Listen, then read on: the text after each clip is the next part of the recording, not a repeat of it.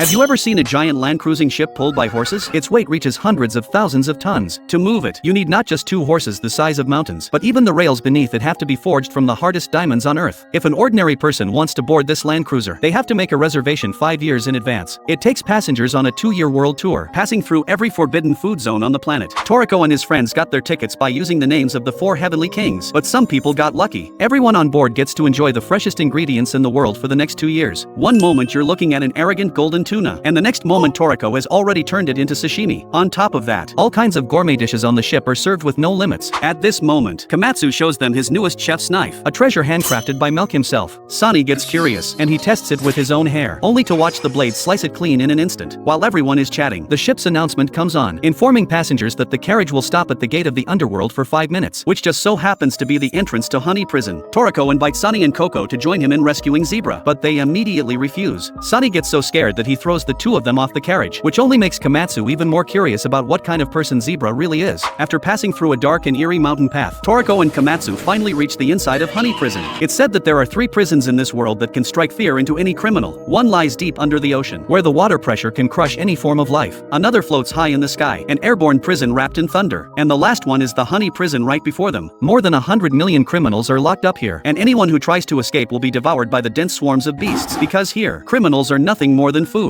On top of that, the prison has something called the food deprivation menu. To torture inmates, they take away each prisoner's most beloved food. For example, this gourmet scammer, who racked up over 2 trillion in unpaid meals at 10-star restaurants, his sweet taste nerves were severed because desserts were his favorite. And this poker-loving gunslinger had his pleasure nerves removed, forcing him to die slowly from unbearable desensitization pain. And that's only on the first level of the prison. On the second level, inmates can only eat poisonous food. On the third level, the prison stops providing food completely, and prisoners eventually starve until they devour themselves. That is the true horror of Honey Prison.